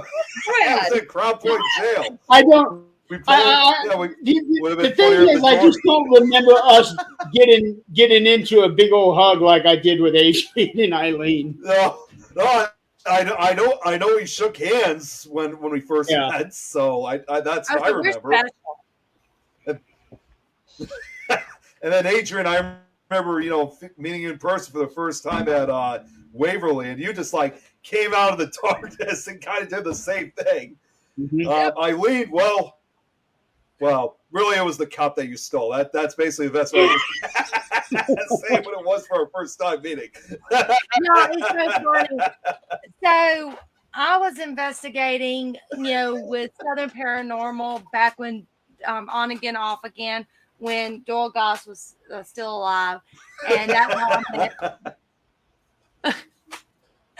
that's how I met Donald Martin. So I was doing an event at the McNutt house, and Donald and Rebecca had bought tickets. It never dawned on me that I had never met Rebecca because I talked to Donald all the time, especially after Doyle's dad. And y'all know me. I'm gonna go up. I'm gonna slap someone on the ass. Excuse me, but slap someone on the butt, a bootay, and that's just who I am. So I walked up behind Donald and I just smacked him. Rebecca, if y'all have ever seen her, she's got one of those faces that you don't want to mess with when she's not smiling. And she gave me this look. I was like, oh my gosh, I don't know you. You don't know that was a joke. Been best friends. Hey, Eileen, just so you know, you did that to me too. That's my MO. She did to me too. Did it to Adrian too. Oh, she did to you too. Oh, I didn't know she did it to you too, Jeremy. She God, doesn't no. discriminate. Everyone deserves you should see me at darts. There's this one girl. She'll just turn around. We'll be at darts. She'll just turn around. She'll go ahead. So needless to say, we have a lot of fun when we get together. Yeah, it's always fun to meet the people. Oh God, now Jill's going along with this. Well, Jill wants me and her to do that thing about- that she's talking about. Yeah, in which Brad wants to dress up in an inflatable cockroach costume. Now, Brad, where do you live? Where does Brad live again? He lives about 3 hours south of me. Which would be from where? Shelbyville. So still in Indiana. I don't know how long it takes to get across your state. Yeah, it's in Indiana. Yeah, he lives 3 hours south of me, just south of Indianapolis. So, heck, it takes me 6 hours to get from my house to Shreveport, which is the other side of the border of Louisiana. But heck, by the time you enter Texas, it's like the rest of the 11-hour trip it takes me to get over to Ballinger on West Texas. I don't know how long it takes to get from one side of Indiana to the other. Let's put it this way. Well, if you Texas go in is the a opposite huge direction, state. you'll almost be to my house in 6 hours. No, a little more than that, but we actually, you know what, Jeremy, I'll be honest with you, but the way back home for me and Tom, it was actually really rough for us because we were trying to get back home as soon. See, I know I was going to message you when we got back home, but it was a rough drive back home for both of us. It really was because Dad was saying that you were having a hard time getting a hotel in Auburn. Angola. Yes. Okay. So the idea and the original plan was we're probably going to stop, once we got to halfway through the state of Ohio. And then when we looked at the map and we stopped at a rest stop, we saw that we were more than halfway through the state. So we were near the town of Toledo, of course. So we started looking up because, after this point, we were starting to get exhausted and running low on fuel, gas, everything. So we were just going to call it a night afterwards. But when we checked the hotel prices, I was like, there's some good hotel prices here. We were expecting that some were going to be good price for us to check in. But they were showing that either they were extremely expensive or the websites were having a difficult time showing the actual prices. And I had to tell Tom, and we kind of had to agree as much as we hated this idea. Like, we're going to have to backtrack and just basically continue going down the road that we were at to try to get home soon. Even though I knew that in my head, I'm thinking, man, this will be hours and hours and hours, even though we were not too far from the Ohio-Indiana border. And I even told Tom, let's just hope our exhaustion doesn't get to us. Friday night, we're prices close. are going to be high. Exactly. So I had to tell Tom, let's just hope our exhaustion doesn't get to us. And it's like, we're close yet so far. And I said, while we're walking out, we're just a few miles away from some good hotels and we can't afford them. So, and then even after, And then we thought about, well, maybe if we pass Toledo and get to like, hopefully get into Indiana, we could find something. It was the same situation even past then. I even told Tom, too, I was like, there's no way to get out of this. So we ended up spending the entire night driving back home. And I felt bad that I was falling asleep. It's like I actually tried singing silently, even slapping myself. It was a losing battle. And I just kept falling. I could not stay awake. I finally got home at around 5:30 a.m. So we made it through the entire night. To that, to stay awake, what I did one time is I stopped at a gas station and I bought several things of Slim Jims, like two or three bottles of Sprite, and just went back and forth between them. Sprite. From the time that I picked him up at the gas station until I got home, and that kept me awake the entire time. See, now, I mean, my whole thing is one of my friends is getting woken up if you're asleep because somebody, I mean, there's going to be people getting phone calls because we're going to talk if I'm by myself. But Joshua, that doesn't work with me because we took the Z to Texas. And of course, the room I was in, because it was supposed to be just me staying there, was the twin size bed in Ballinger. And I think that's the first time my husband and I slept in a twin size bed, probably since before we got married. And I've been married 27 years. I can't remember the last time I slept in a twin size bed with somebody. But it was all we could do. We had I didn't need the a blow-up caffeine mattress, still in the box, but we ended up not using it. But our luggage, my equipment, of course, I had to take my sister some stuff. Yeah, you can't fit much in a Z. We figured that out. I mean, we had stuff behind the seat. Yeah, not the best travel vehicle, but the fastest. Joe, I'm not Nosferatu. I couldn't stay up the entire time we were driving back home. So, but I will say this for her too. She said about my scenic pictures I took. I'll say one thing. I haven't even posted this yet. When Tom finally dropped me off, we had this absolutely beautiful sunrise that came over. Like, it was incredible, and I was able to get some pictures of it. But I couldn't stay up. Tom was going down the road when we got through Indiana, he was going down the road at like 70, 80 miles an hour. Even though he was exhausted, it's like he just wanted to get home as fast as he could. So, but it was a rough night for us. Joshua, it's not that I needed any caffeine. I don't drink anything with caffeine. I try not to. It's just the motion of taking the drink or eating. That's what kept me awake. And then a year ago, when I went to Vegas and coming back home, it was late at night, 3 a.m, and I was on chat. And Adrian just happened to be up, and she knew I was getting tired. So she was sending me voice clips, and I would send voice clips, and that kept me awake for the last however long it was. And if it wasn't for that, I probably wouldn't have been able to make it home that night. Now, you have to be careful with that because one time I was on my way back from Texas, and I was not video chatting, but, messaging via voice back and forth. Well, before I had my thing that held the phone up, I'm sitting there and I'm sending a message. About that time, this car just like got in front of me, and I had to slam on brakes. But when I did, I went forward. My phone went across the car and kind of slid up underneath the seat. So I had to wait till I got to a gas station to pull it out.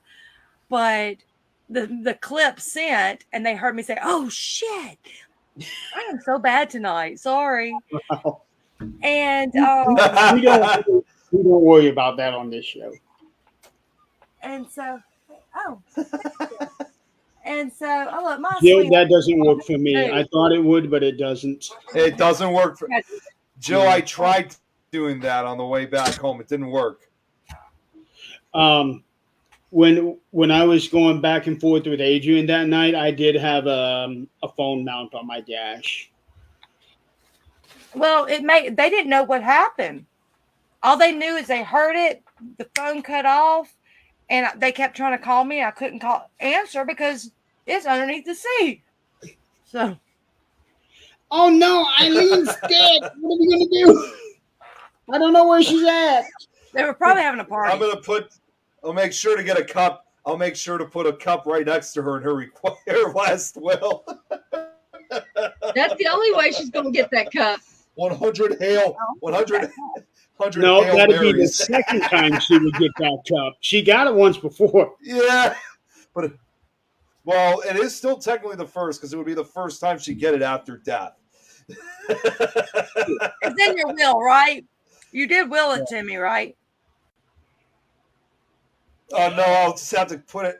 Have to have an exorcism, so I don't have to give it to you. Yeah, Nick is going to will a $12.99 cup to you. Oh, speaking of which, it was a picture that somebody had posted on Facebook. I don't remember who did it, but there was something that it said spirit on the side of a vehicle, and somebody had thought that this vehicle is now sponsored by Spirit Halloween.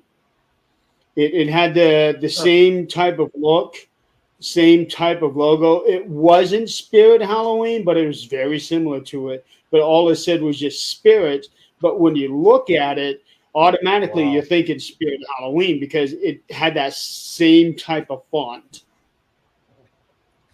That's awesome. I wish I saved it, but I can't even remember who it was.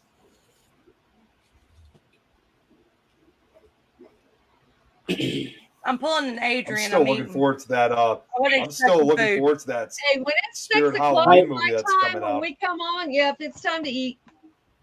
I ate my supper before the show.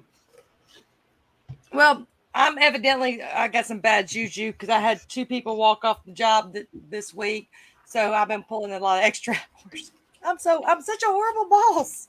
What can I say? Do you at least get overtime? Yeah, I'm salary, baby. Oh, well, that sucks. That sucks. Oh, I do have some good news, I suppose. Surgery, my next surgery is pretty much set. It'll be September 26th. Oh, really? Okay. Yeah. What if it That's when wasn't we're a doing the Spirit Halloween reconstruction ceremony? and the jaw alignment. So for 2 months after that date, I will not be doing any shows. These 3 will be running this show for 2 months. I won't be on. And then 13th Dimension is going on total hiatus because Nick has decided to go ahead and take a break from it as well when I have my surgery. You mean they're gonna be running the shows? I just sit here and look goofy. Yeah, exactly. Oh yeah, let us know, Brad. Yeah, this is. I don't know if you're reading. Yeah, let us know, Brad. Yeah. That would definitely be awesome. Adrian, you feel a little hurt by I'll this actually say too, this. right? You feel a little hurt by that. That invite just kind of went to the guys. I feel a little sexist here. Lord help us. Nah, they have both know I can whoop both their asses. I have no problem with the sexism stuff. Yep. Oh, use that time for cockroach shower. You know what? you go. That reminds me actually how the you next drive. new show on the Page Network, the Cockroach Show. Oh God. So You know what? I gotta Brad say this before. quickly. Adrian, with what you just said, it just reminded me of how, like, you were hosting the panel we had a few nights ago at Wildwood, and I scared the hell out of everybody with that tape recorder. You remember that, right, Jeremy? I need to go back and cut that clip out so I can put it up on TikTok. Joshua, yes. Hey, Jeremy, Yes, it is I a got real that thing. clip right now. You take a break. You take a break. Yep. If you feel it, Yeah, do it. Mhm. It's not so much by the paranormal. It's the people that are The drama on the queens. page with that. Yes. I'm just going to say it flat out, Adrian, the drama queens. Yeah, yeah. Yeah, exactly. Drama That's kings and why queens. people. It's That's not. why people need a It's break, guys. because of the other people who create drama. I've just gotten to the point. Click, delete. Oh my God. Click, block. Done. Need a cockroach specialist on here to answer all the questions. Stuck That's with a what kills cockroach just something won't on go that. away. Yeah, I know Yes. Emily knows how to click, Oh, block, click, block. Yeah. Yep. She agrees with you. Oh, and Jeremy, that clip I was telling you about, I actually have it with me right now. Oh, you do? Yeah, I have it on. I have it on. I have it on a separate YouTube page. Oh no, bro, we're not talking to you anymore. I'm done talking to you. Can you play it, Nick? Wait, what? Yeah. Well, hang on 1 second. Yeah. Okay. Hang on, I'm just having an Eileen, issue. you Give me one missed it. second here. I did. It was so funny. Oh, it was something I was. It was so funny. ahead, It came Jim. out of nowhere. Well, see, I had to finish packing. What I I had was- to make 100 koozies for a wedding and get things ready to stencil or to etch 25 champagne glasses all when I got to Texas. So I was like, oh crud, I don't have time. I don't have any time in the day. What happened? What happened was while Jeremy was, yeah, it was great. But I'll say this: what happened was that Jeremy, he was kind of doing all the talking with Adrian, and I just got this new, well, it's not really new, but I decided to use a tape recorder that I was going to use for the investigation. I was testing it out, so I'm playing it, and well, as I share the screen, you'll see what happens. So you'll just you wait and see. Just watch what happens. All right, can you guys see that? Yes. Yeah. You guys see it, or okay? Yeah. Okay, so here's what happened. Oh, hang on, missing the sound here. Can't hear it. Oh wait, you guys can't hear it? Can't hear it. No. Sure. Okay, hang on. That's weird. It's never happened before. You guys hear it now, or as I heard sometimes if you play it back. No. It's funny. You I guys was hear it watching now, the or thing. nothing? As we were on this, it was on my Facebook replaying the same thing, and parts of it were like glitching out really bad. I don't know what was going on there. Hold on. Try that again. That's never happened before where you don't hear any sound. I did check; it wasn't muted. It's just that you're a baby and you don't know what you're doing.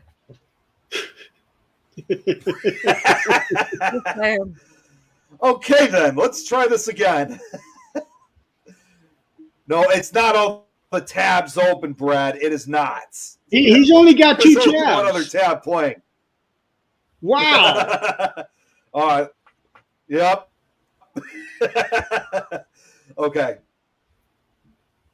Okay. Is it better now? No. No. Nothing? Seriously? Nope. Ah. Oh, and I want to Okay, say this well- to Brad. That location is only 9 hours and 40 minutes from me. So, Wait a minute. I think I know what it is. Hang on. I think I got it now. Let's try this. Hopefully this is the last time I got to do this.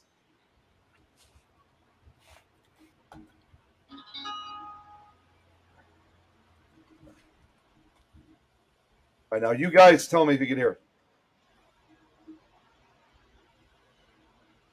nope. Nothing still?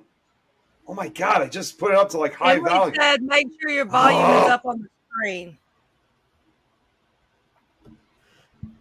Oh, I did turn it up, so I'm not. Oh, wait. No, wait. Maybe it is the television screen. Is it your microphone is keeping? I'm not sure, but you know what? Or your headphones? That might actually have been. Okay, hold on. I'm going to try this. Okay, Jeremy's not here yet, so that gives me a chance to.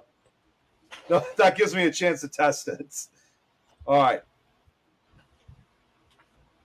All right, I just turned up the monitor. Now let's see what happens.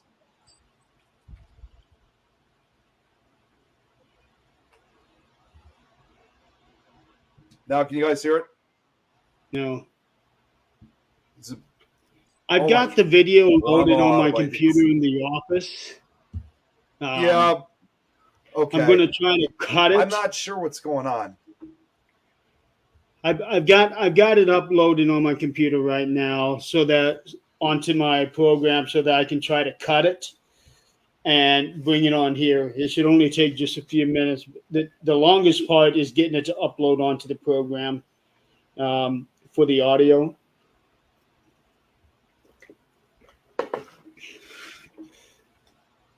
And it's right at about a minute, an hour 37, right?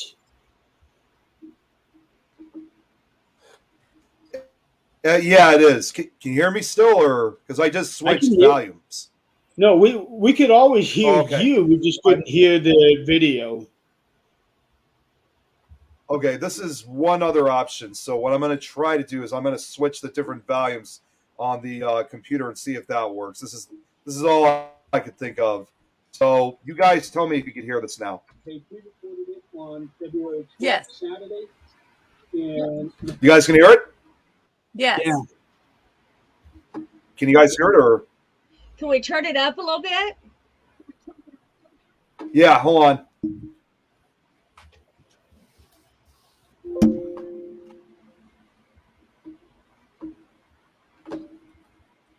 No. 13th. It was on Saturday the 13th, and then we aired it on the 19th.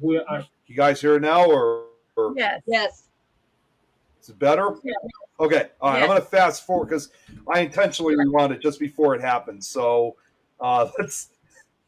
here's what happened. And the first, I cut it at 1 hour 29 minutes. So the first part of the show will air at 8 and stop at 9:29. That's all right. I'm sorry, guys. I'm sorry about that, guys. I'm sorry, Jeremy. Rewind a little bit. I was looking at Jeremy. What's that? Wait. Rewind it a little bit. I was watching Jeremy because when someone's talking, your eyes automatically go that direction. Yeah, there is a little bit of talking in between because that startled the hell out of everybody. We'll air at 8 and stop at 9:29. That's all right. I'm sorry, guys. It keeps skipping on my end. I don't know if it is for everybody else, but it keeps skipping. No, it's just shit. No. Keeps skipping. I'll be right back, guys. Am I haunted? No, that was when we were at Wild. Okay, I don't know why it's acting that way. It's weird how it's skipping. It's funny. He was just trying to tell when that was going to come on, when the live was supposed to go on. And it all of a sudden that thing come out of nowhere and scared everybody. Yeah, exactly. I just loved how like Brad and Jill especially. I even see Jill even said best live jump scare ever. But no, Rosie, no, to answer your question, that was from my tape recorder I was testing out.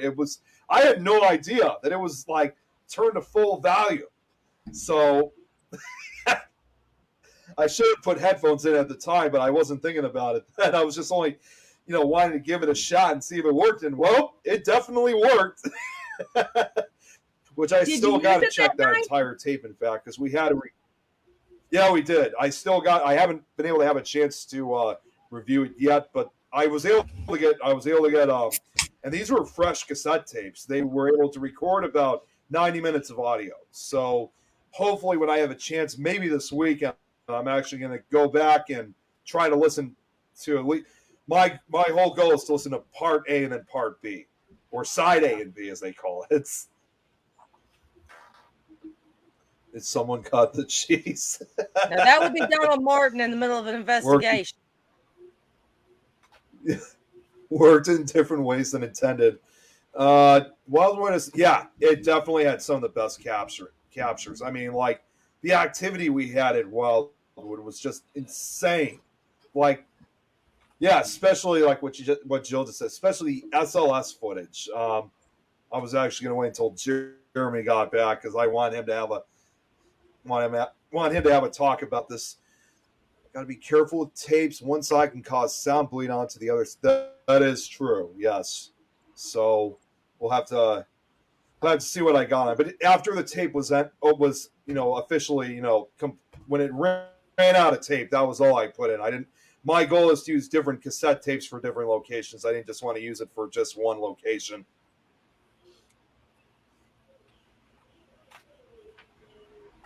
I need to get me. I'm thinking about getting me a laptop just for paranormal.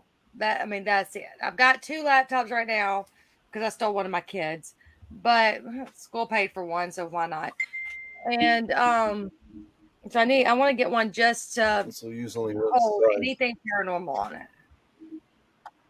It's actually a really good idea, Brad. I didn't know that you should only use one side, so that's new for me.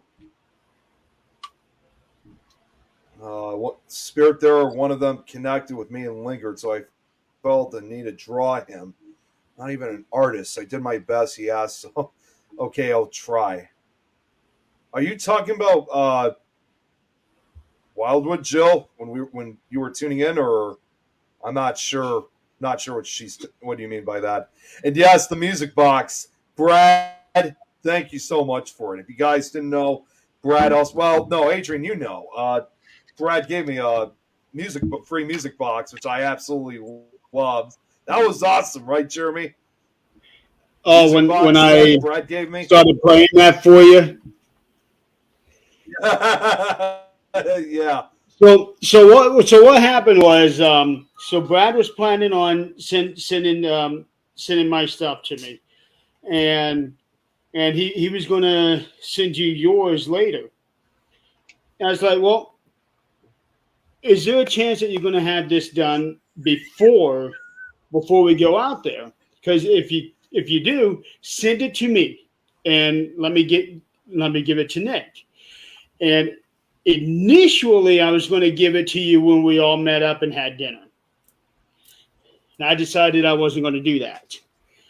I wanted to do it during the show and surprise you with it. And I was trying to figure out how I was going to do that. So when you were sitting behind me, I had already had everything sitting out. I thought, okay, I'm going to take this, turn it on, and put it right to your ear. And I knew that you would know immediately what it was. And your reaction tells me that was the right way to do it.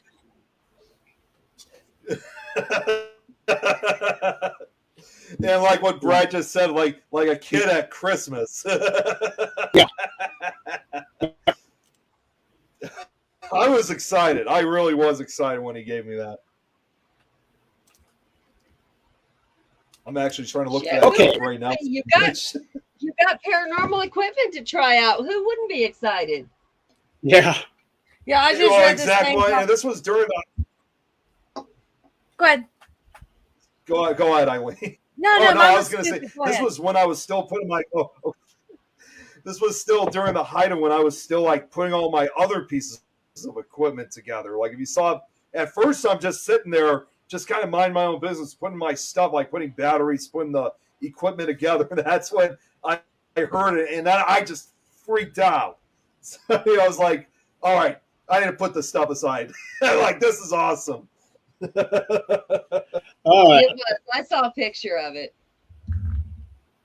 I am going to try this. All right. See if it works. I hope so. So the first part of the show will air at 8 and stop at 9:29. The toy. I'm sorry. I'm sorry, guys. How was that? Was that any better? Yeah. That was a lot better. 9 minutes. I'm going to play that again. The first part of the show will air at 8 and stop at 9:29. The toy. I'm sorry. I'm sorry, guys. I'm sorry about that, guys. Adrian's just. I'm sorry, Jeremy. I jumped out of my skin. I thought I had it all the way to. That was my. It's a new tool I got, guys. It's a old-fashioned tape recorder. I thought I had it played, right from the beginning, and somehow I accidentally left it in the middle of it. So that right there, ladies and gentlemen, tells you anything can happen on a live show. Yeah. Yeah. It does work, though. Yep, it works. Everybody knows that now.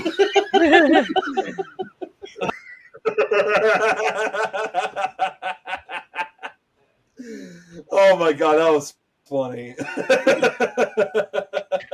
That was funny. Jill, what do I know? Jeremy knows. Nothing. About the drawing she's supposed to do. Oh, yeah. So let me tell the story on this one.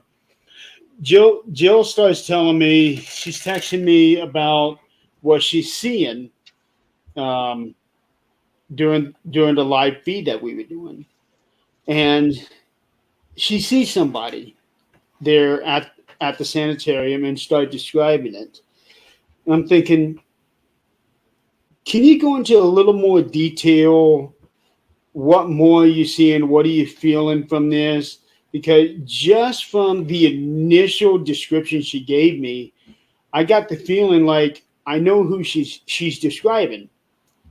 But I wanted her to go into more details so that I would know, and then and she drew it. And I'll be damned if it wasn't a spitting image of exactly who I was thinking of, and it is actually one of our friends that we had lost last year. Wildwood Sanitarium was his favorite place to go investigate. He was doing all kinds of different experiments, and he was a very, very sciencey type of person. Very shy, very quiet, but when a conversation turns into a scientific conversation, then he is all out, because that was his passion, and it was just amazing because she had his hair down. The only thing that she didn't have was that he wears glasses. But that was the only thing that she did not have. But Maybe otherwise, he wasn't wearing glasses anymore. I'm about to Possibly. say, do you want to be wearing glasses in the, after, Right? after you're gone? I didn't want to be wearing glasses alive. Look, I'm supposed to. I don't wear contacts nor glasses. I'm like, forget that. You will when you can't see anymore. Well, my problem is I get headaches because I can see around the glasses, and I feel like sick to my stomach. I wear sunglasses. Wait till you can't see anymore. You'll damn sure wear them gladly. Well, I used to have purple contacts, and y'all know how my eyes are really blue, and so it made my eyes look periwinkle. Now I do miss that, but I don't wear contacts anymore because I kind of like got where I left them sitting by the side of the bed and forgot to put them in stuff, and they didn't work anymore. And that was before the disposables, so I never did it again. So after, because I told her, because we went over this for like 3 or 4 days, something like that. Because I was trying to encourage her, try to dig in more, try to dig deeper on that. when she felt like she got all that she could as far as description and being able to draw what she had, then I showed her the picture of who I thought she was describing, and she said that it was him. That's pretty cool. It was really cool. Because aside from that, as far as I know, she had no previous knowledge of who he was. And ironically, his name is also Jeremy. I didn't tell her that until just now. Yeah. Huh. Interesting. Mm-hmm. Yeah, it was just really surreal. And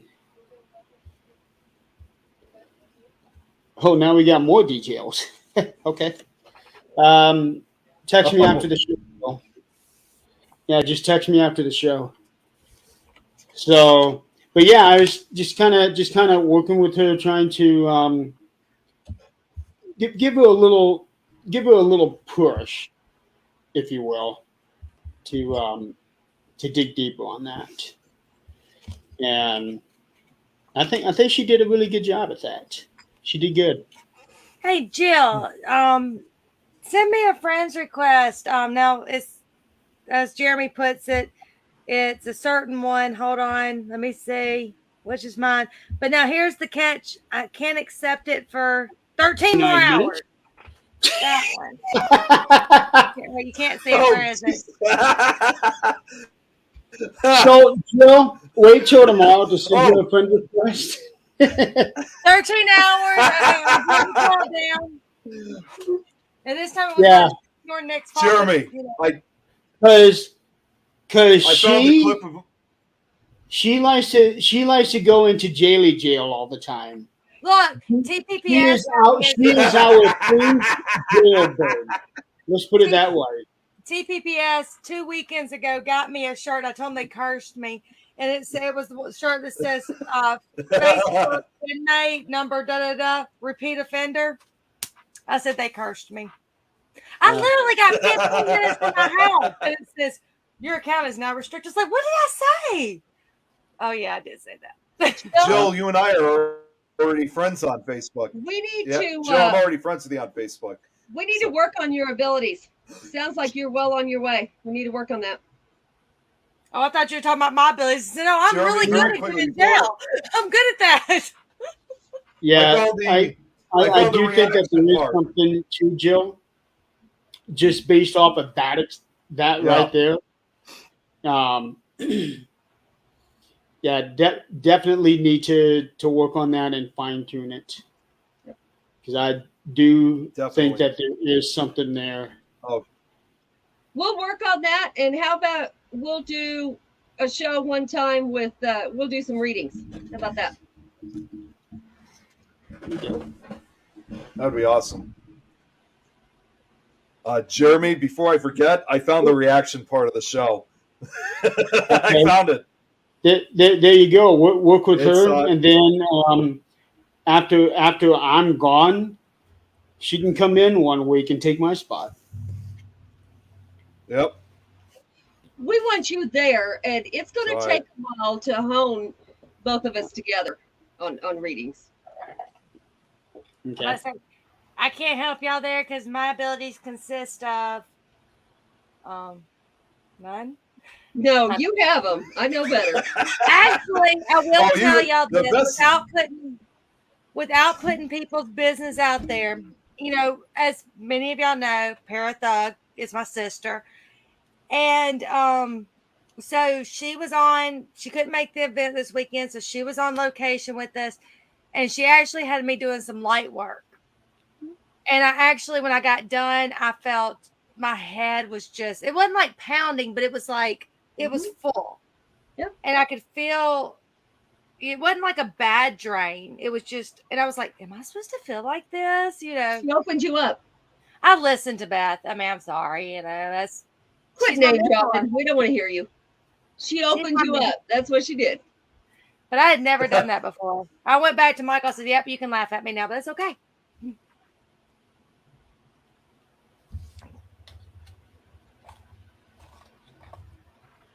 Yeah, we got quiet. What did we do? Well, We're actually getting ready to go No. off air here in just a minute. What'd you say? Jeremy, do you want to show? Jeremy, do you want to show my reaction to the ghost boxes? I found it on YouTube. I got it for the ghost Your box reaction? that Brad gave me. The Oh, music box. Oh, Yeah.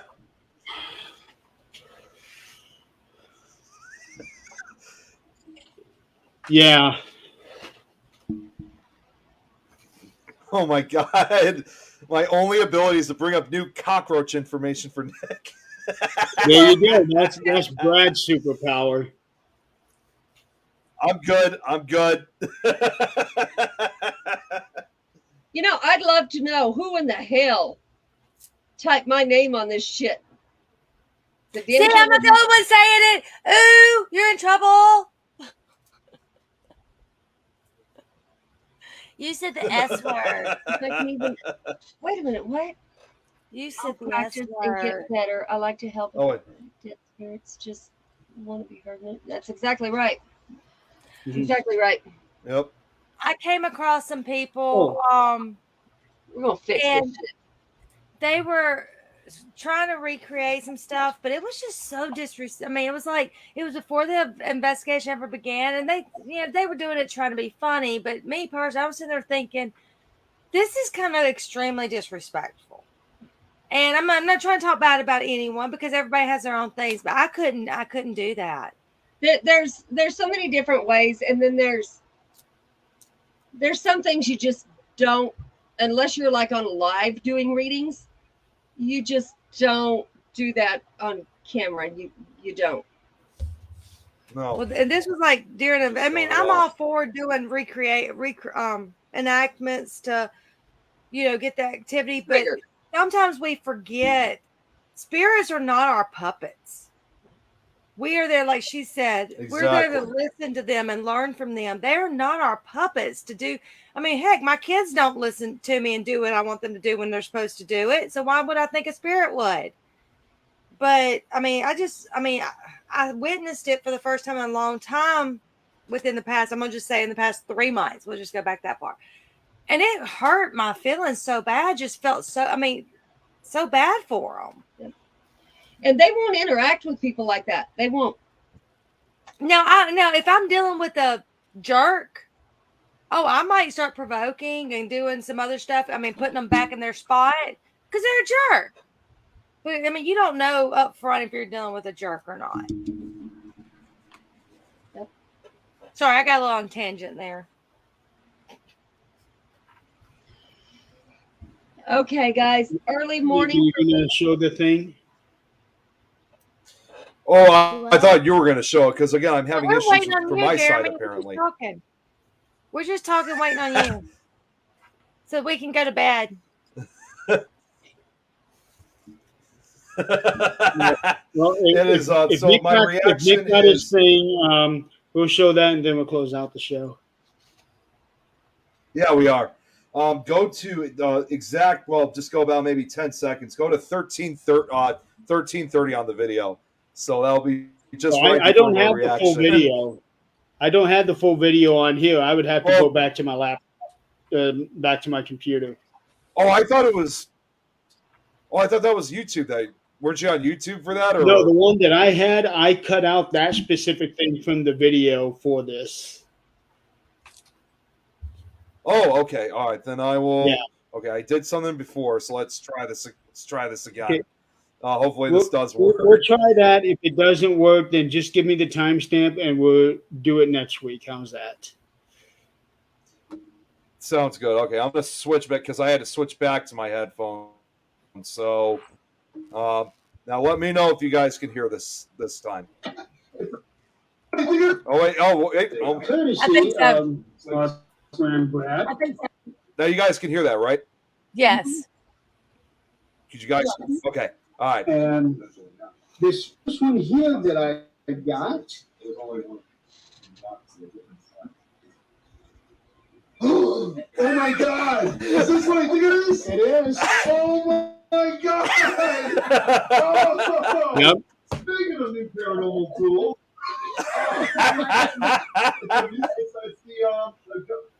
I'm sorry. What do you call these things again? I got yes, Brad. I've got.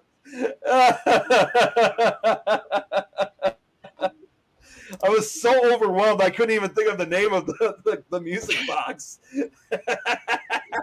Yeah. Oh, I was excited. That was just awesome. Brad, again, thank you for sending us all of that stuff. Thank you, Brad. Thank you. Yeah. Okay, so next week is going to be another free for all, I think, right? As far as I know, I'm working, trying to get one of my buddies on. Like I said, y'all start sending me some people that y'all want me to reach out to. I'm just reaching out to all my buddies. So y'all just stuck with my peeps until y'all start telling me people. When you run out of friends, we'll talk about it. Yeah, you had a pretty cool one tonight. Oh, I got to just say this quickly because I know I think some of you guys know this is actually kind of a more serious thing. I mentioned this on my show last night, but I'm sure you guys know that I had an investigator friend of mine named Jan Mary. Did you guys see my post about that last night or yesterday morning? Yeah, I saw it. So long story short, Jan Mary, she was a paranormal investigator here in the Chicago area who came to several of our ghost cons we had here, as well as some of the surrounding areas. Sadly, she passed away last night from cancer. She was only 51 years old. So, it's definitely not going to be the same with it. She, just like me, she also, yeah, I know.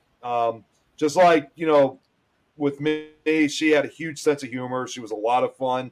She did a number of investigations herself. And, my heart goes out to her family and her friends. So tomorrow is going to be her funeral, which unfortunately I'll be unable to attend to because I got to work. But my dad is actually going to be there to serve as a pallbearer for it. So, that's rest in peace, Jan. Quick to have a funeral.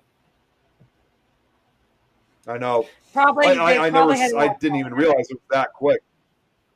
Yeah. And the thing that really bothers me the most is she's got a son. He's only like 13, 14 years old. So oh my goodness. I can't imagine what he's going through in his head right now. Yeah. So, but he's got a dad, so he's not, his dad's watching over him. Well, and they probably a lot of times when you're going through that, if you go ahead and make arrangements to keep the family from having to do it, so they probably already have the arrangements. To a point, obviously. Yeah. My dad actually wasn't originally going to go to this, not in a disrespectful manner, but it was just because obviously most of the people that were going were just going to be like the family, close friends. But when they offered him to be a pallbearer, that's when he decided to take the offer. If there were more paranormal friends of ours that were going, I probably would have gone as well.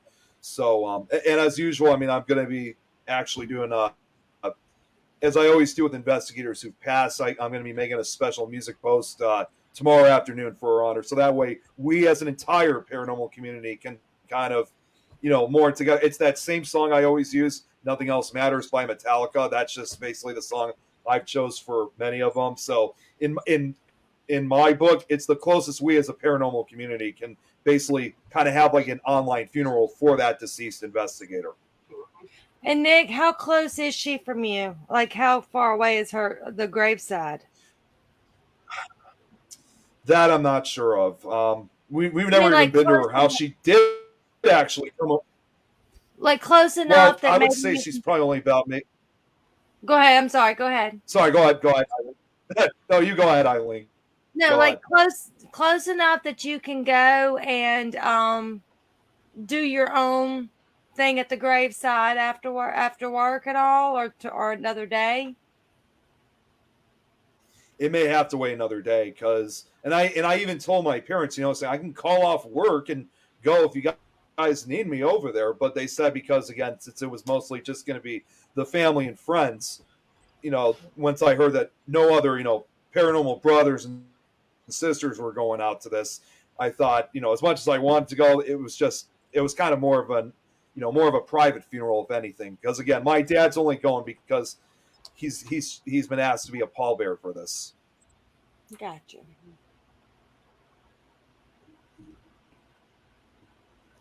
Okay. Thanks, Jill.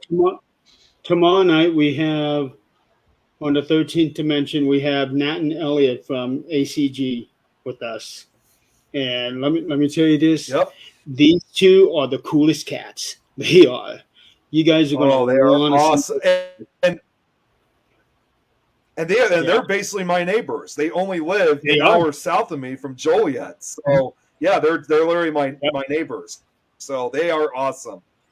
They recently returned from I'm a excited trip from for this Ireland, and we're going to be talking a lot about their trip to Ireland. And then next week, Adrian and Jan are going to have their normal show talking about real problems and coming up with real solutions. And then Nick will have Jenny, is what's that your you? Sorry, what was that? what's your topic for next week? So now, On your for Wednesday Nick show? Files. So yeah, yeah, it is. Okay, it is Jenny. Okay, so like for Nick Files, our next location we're going to be focusing on and is actually going to be the Alany Lodge, which is ironically enough, that was one of the other shooting locations they shot The Shining. And as I always say, despite the fact that it's involved, this is still involving The Shining. This is not part 4 You're doing from a what I whole was talking about Shining previously. universe. These are just all different locations. You're doing a whole I kind Shining of am, universe. but this is I like basically that. the last of those type of locations. Yeah, it's the Wow. last one though, because everything else Okay. that was shot with that movie was then shot in studios. So this is like the last actual historical like hotel or building of any sort involved in that movie that's going to be featured in it. And then next week is when, as some of you guys know, and also as some of you guys know too, starting next Tuesday night after 4th of July, one of my best friends, Don, is going to be starting a new show Tuesday night at 8:30 p.m. Central Time. We don't know exactly, what. We still don't have a name for the show, but he does have some ideas of what he wants to talk about. So I'm meeting with him this weekend. We're going to brainstorm. So hopefully we'll have the title soon. And also next week on 13th Dimension, I will not be on 13th Dimension. I will actually be traveling to New England, and Adrian will be on 13th Dimension, and they will also have Jan on that show as well. So you guys What's are up, Robert? gonna want to watch that one too. So okay, so what do you guys say we wrap this up? Mwah. All right, so everybody out there in the audience, thanks for playing along. And for Nick and myself, we will see you guys tomorrow. And for everybody else, we will see you all sometime next week. See you when we see you. Yes. And have a good 4th of July.